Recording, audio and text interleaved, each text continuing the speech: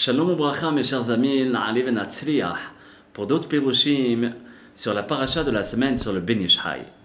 Dans la paracha de Re'e, c'est-à-dire dans le livre de Devarim, au 5e livre, au chapitre Tet Zayin et au Pasuk et au verset Tet Vav, au verset 15. Là-bas, il est mentionné ainsi. Shivat Yamim Tahog l'Adonai Elohecha. Pendant 7 jours, tu feras la fête avec Akadosh Baruch Hu. Bamakom asher yivhar Hashem, dans le lieu et dans la place, là où Akadosh Baruch Hu choisira. Ki yevarechecha Adonai Elohecha, car Akadosh Baruch Hu te bénira. Bechol tevuatecha, ou bchol maaseadecha, de toute ta récolte et de toutes tes actions. Et la Torah, le pasuk finit, Vehaïta ach sameach, et à ce moment-là, tu seras joyeux.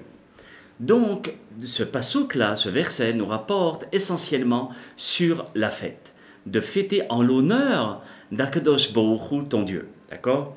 Et donc, tu seras joyeux. Vehaïta ach sameach.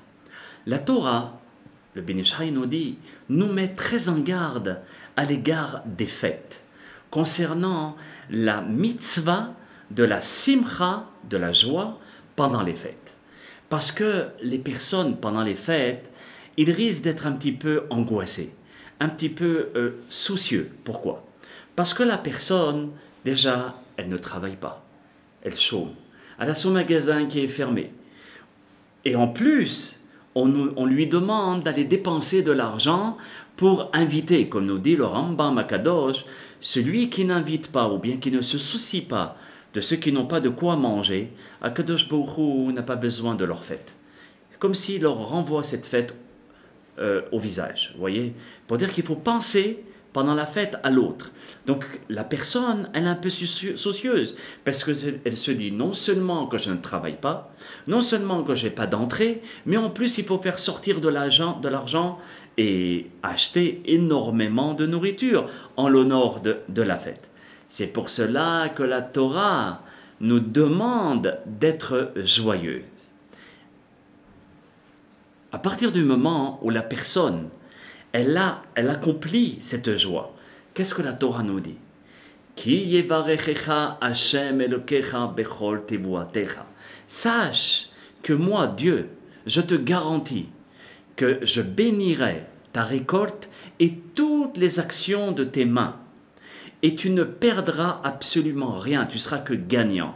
Et ce n'est pas parce que tu vas aller chômer et que tu vas aller à la synagogue ou bien aller étudier qu'à ce moment-là, tu vas perdre. Au contraire, Dieu nous dit, il nous garantit dans sa Torah Kedosha qu'on gagnera. Et si la Torah nous le garantit, c'est comme si quelqu'un, un milliardaire, nous garantit notre paye à la fin du mois. Dieu, qui est le milliardaire du monde, et qui nous garantit la parnassa, alors on n'a aucune raison d'avoir peur. Et c'est là le fait de la habibout, de l'amour, de la mitzvah, de la simcha aux yeux d'Akadosh Baruch Hu. Lorsqu'une personne est vraiment joyeuse, alors à ce moment-là, il accomplit une mitzvah qui est l'essence même de la fête.